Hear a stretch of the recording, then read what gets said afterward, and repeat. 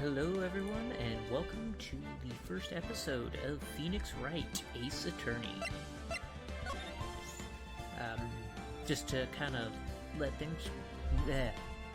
put things forward, this is not going to be a blind playthrough. I have played through the Ace Attorney games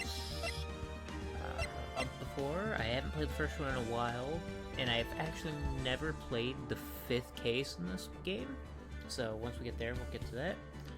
But we're going to start this off with the first Ace Attorney game. Now, as you can see, we already have the second case unlocked, but that's because due to an issue that I had with the first recording of this kind of corrupting, and so we are going to have to re-record this, but that's fine.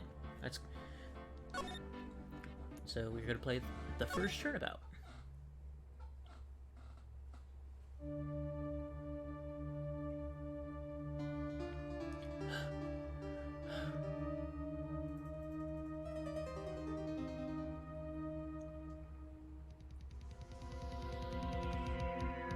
Damn it. Why me? I can't get caught. Not like this. I've got to find someone to pin this on. Someone like him. I'll make it look like he did it.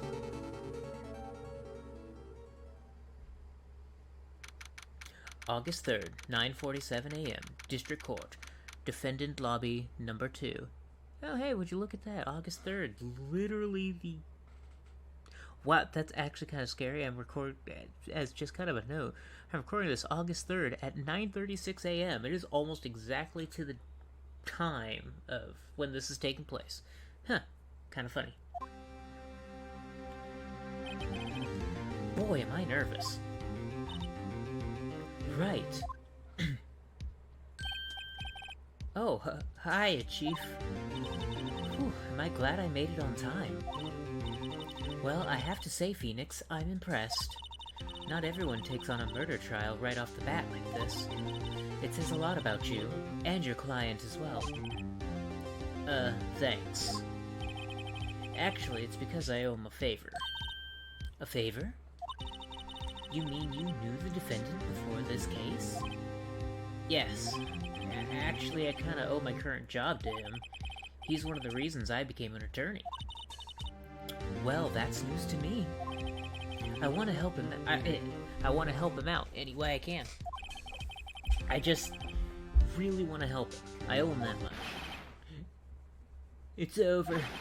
My life, everything. It's all over. Is that your client screaming over there? Yeah, that's him. Death, despair, I'm gonna do it. I'm gonna die. Sounds like he wants to die. Honestly, big mood. Yeah. Ugh. Nick. Hey there, Larry. Dude, I'm so guilty. Tell him I'm guilty.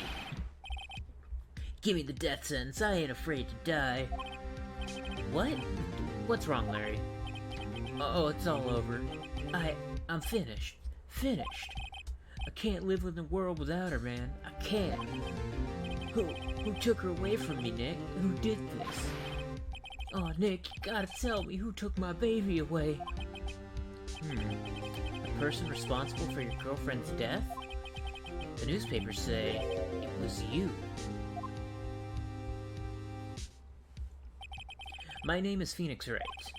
Here's the story. My first case is a fairly simple one.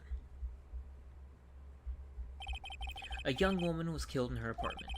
The guy they arrested was the unlucky sap dating her.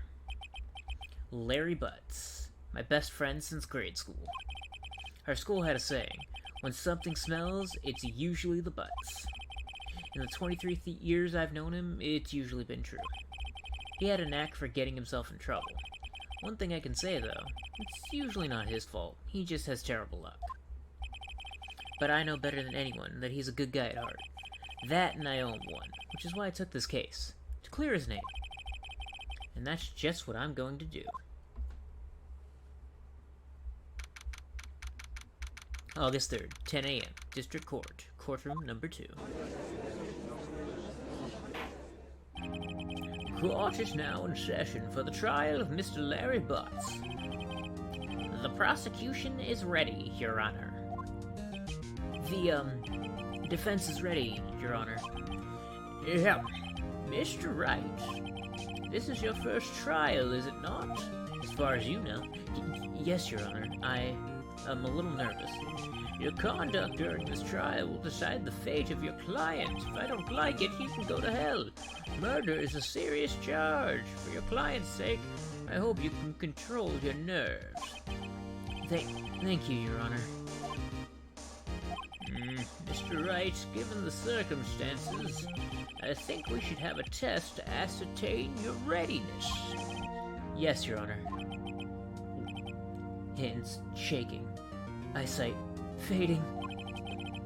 The test will consist of a few simple questions, nothing too taxing. Answer them clearly and concisely. Please state the name of the defendant in this case. It's me. No, it's Larry Butts. The defendant? Well, that's Larry Butts, Your Honor. Correct. Good job. Here's a gold star. Just keep your wits about you and you'll do fine. Next question.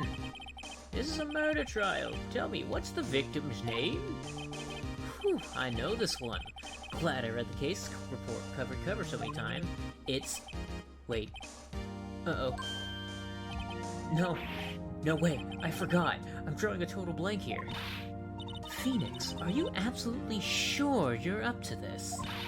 You don't even know the victim's name? Oh, the victim? Of course. I know the victim's name. I, just forgot. Temporarily, that is the face of a woman who is so done with my boy. I think I feel a migraine coming on. Look, the victim's name is listed in the court record. Just press button to check it at any time, okay? Remember to check it often. Do it for me, please. I'm begging you. Mr. Wright, who is the victim in this case? Okay, R1 is on the PlayStation controller is the court record. So, we check the autopsy report. Cindy. Time of death, 7:31, 4 p.m. to 5 p.m. Cause of death, loss of blood due to blunt trauma. We go to RB, we can then check the actual, all of these. You got Winston Payne over there, our prosecutor. You got Mia, who's 27. Larry Butts, 23. Cindy Stone, 22, the victim in the case. So, the victim is Cinderblock. Right, no, it's Cindy Stone. The victim's name is Cindy Stone. Correct! Now tell me, what was the cause of death? She died because she was hit with a blunt object. She was struck once by a blunt object. Correct! You've answered all my questions. I see no reason why we shouldn't proceed. You seem much more relaxed, Mr. Wright. Good for you. Thank you, Your Honor. Because I don't feel relaxed, that's for sure. Well then, first, a question for the prosecution. Mr. Payne? Yes, Your Honor? As Mr. Wright just told us, the victim was struck with a blunt object. Would you explain to the court just what that object was? The murder weapon was this statue of the Thinker. It was found lying on the floor next to the victim. I see. The court accepted it into evidence. A statue in the shape of the Thinker. It's rather heavy. Right.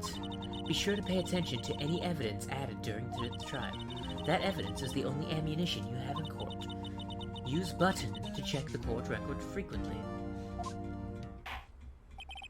Mr. Payne, the prosecution may call its first witness. The prosecution calls the defendant, Mr. Butts, to the stand. Chief, what do I do now? Pay attention. You don't want to miss any information that might help your client's case. You'll get your chance to respond to the prosecution later, so be ready. Let's just hope he doesn't say anything unfortunate. Uh-oh. Larry gets excited easily. This could be bad. Yeah, what's up? Ahem. Mr. Butts, is it not true that the victim had recently dumped you? Hey, watch it, buddy. We were great together. We were Romeo and Juliet, Cleopatra and Mark Antony. Didn't they all die? It wasn't dumb, man. She just wasn't taking my phone calls. Or seeing me. Ever. What's it to you, anyway? Mr. Butts, what you describe is generally what we mean by dumped. In fact, she had completely abandoned you and was seeing other men. She had just returned from overseas with one of them, the day before the murder. What do you mean, one of them? Lies, all of it, lies. I don't believe a word of it. Your Honor, the victim's passport. According to this, she was in Paris until the day before she died. Passport added to the court record. The victim apparently arrived home from Paris on 7:30, the day before the murder. Indeed, she appears to have returned the day before the murder. Dude, no way. The victim was a model. The victim was a model, but did not have a large income. It appears that she had several sugar daddies. Daddies? Sugar? Yes, older men who gave her money and gifts. She took their money and used it to support her lifestyle. Dude. We can clearly see what kind of woman this Miss Stone was. Tell me, Mr. Butts, what do you think of her now? That's blatantly instigating, that's instigating my client. Right. I don't think you want him to answer that question. Yeah, Larry has a way of running his mouth in all the wrong directions. Should I stop him from answering? My client had no idea the victim was seeing other men. That question is irrelevant to this case. Ooh. Dude, Nick, what do you mean irrelevant? That cheating she-dog? I'm gonna die. I'm just gonna drop dead. Yeah, when I meet her in the afterlife, I'm gonna get to the bottom of this. Oh, jeez. Let's continue with the trial, shall we? I believe the accused's motive is clear to everyone. Yes, quite. Oh boy. Oh boy, this is so not looking good. Next question. You went to the victim's apartment on the day of the murder, did you not? Well, did you or did you not? Well, maybe I did, and maybe I didn't. God damn it. Uh-oh, he went. What do I do? Have him answer honestly? Because perjury is a serious crime. I know, I'll send him a signal. Tell the truth. Yeah, I was there. I went. Order! Well, Mr. Butts? Dude, chill. She wasn't home, man. So, I didn't see her. Your Honor, the defendant is lying. Lying? The prosecution would like to call a witness who can prove Mr. Butts is lying. Well, that simplifies matters. Who is your witness? The man who found the victim's body. Just before making the gruesome discovery, he saw the defendant fleeing the scene of the crime. Order! Order in the court. Mr. Payne, the prosecution may call its witness. Yes, Your Honor. This is bad. On the day of the murder, my witness was selling newspapers at the victim's building. Please bring Mr. Frank Sawit to the stand. Yes, hello. Mr. Sawit, you sell newspaper subscriptions, is this correct? Oh, yes, newspapers, yes. Mr. Sawit, you may proceed with your testimony. Please tell the court what you saw on the day of the murder. It was apparently it, if your name is any... is to be believed. Witness's account. Yes, I was going door to door, selling subscriptions when I saw a man fleeing an apartment. I thought he must be in a hurry because he left the door half open behind him. Thinking it strange, I looked inside the apartment. Then I saw her lying there, a woman, not moving, dead.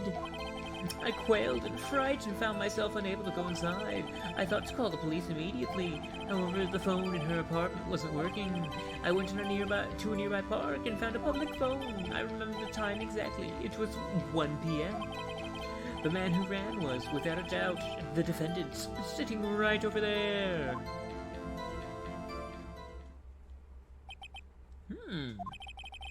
Larry, why didn't you tell the truth? I can't defend you against a testimony like that.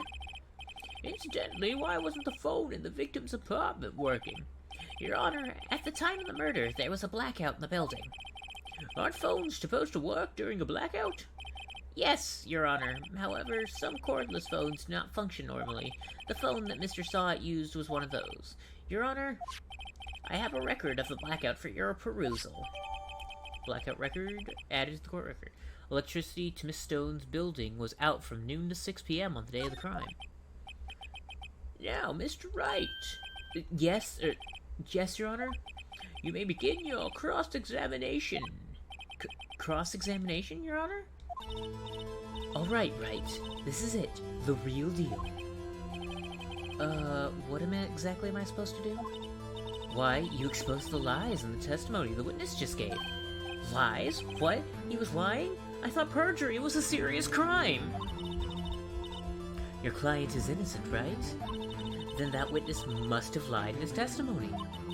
Or is your client really guilty? How do I prove he's not? You hold the key in the evidence. Compare the witness's testimony to the evidence at hand. There's bound to be a contradiction in there. First, find contradictions between the court record and the witness's testimony. Then, once you've found the contradicting evidence, present it and rub it in the witness's face. Go neener, neener, neener, I've caught you in your lies. Okay. Open the court record with button, then point out the contradictions in the testimony. Ah, yes. Look at my shoulders and how they move, whilst my head remains completely still and in place. Clearly, I'm a trustworthy individual. Alright, so these are the cross-examination segments. We have two options here. We can press a statement for more information, such as this one. Isn't a man having an apartment a common sight? I find it odd you would take notice of him. I don't know. He just seems strange to me, that's all. Like he was mad, and yet frightened at the same time. Just like a criminal fleeing the scene of a crime. The defense requests that the witness refrain from conjecture. Of course. What the witness means is that the man he saw looked suspicious. So, what happened next? So yes, you can press a statement for more information if you don't think you've found any clear contradictions. However, there is a clear contradiction in this testimony. In this statement here, this one right here. So you're going to press the right button to present, and we're going to present the autopsy report. Because the victim died between 4 and 5. Objection! You found the body at 1 p.m. You're sure? Yes, it was 1 p.m. for certain. Frankly, I find that hard to believe, Frank. Your statement directly contradicts the autopsy report. The autopsy notes the time of death at sometime after 4 p.m. There was nobody no body to find at 1 p.m. Ho ho! How do you explain this 3-hour gap?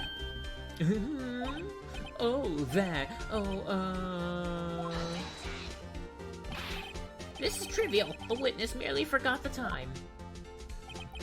After his testimony, I find that hard to believe. Mr. saw it.